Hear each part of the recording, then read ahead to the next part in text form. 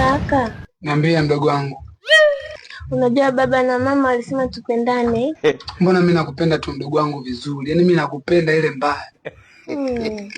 Au nipendi kama unapompenda Asha. Mbona Asha mimi nampenda tu mdogo wangu. Wewe mkaa hapa basi. Alafu usinipapase kifua. Mimi ni kaka yako. Usiwe unanipapasa kifua. Mama yetu akitokea anaweza katuona kama bado tulikuwa tunafanya mapenzi. Kumbe hatufanye. Hebu niache bana. Una kidevu kama embe. Mimi na kidevu kama embe? Ndio. Na ulimita kupiga nikuumize wewe. Umeona mimi mtu akusifia hayupo, umeona unaweza kunisifia wewe sio? Mbona unampenda Asha kuliko hata mimi?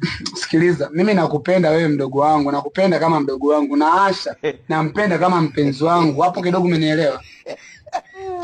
Mimi nataka unipe kama unapompaga Asha. Nikupe kama navyompaga Asha? Ndio. Wewe anakubakua nini? Wewe sikiliza saa. Umekucha. Wewe Noli, sikiliza. Usinishikeshike kama mdogo wangu utulie. Mambo ya kukaa unaniambia sio nikupe kama navyompaga yule Asha ni mpenzi wangu. Tofauti kwa mimi nikupe nachompaga Asha rafiki yako sio?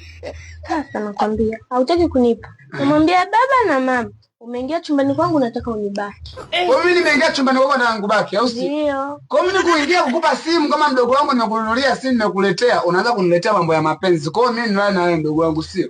Kama simu. Na ulimida kuja nikupige nikuumize. Ndio kupiga nikuumize wewe, wewe chikicha kimepagaa kitambo. Wasikiliza basi. Shika simu, kama unataka simu mimi naondoka. Mimi simu yako sitaki. Kwa hiyo unataka simu sio?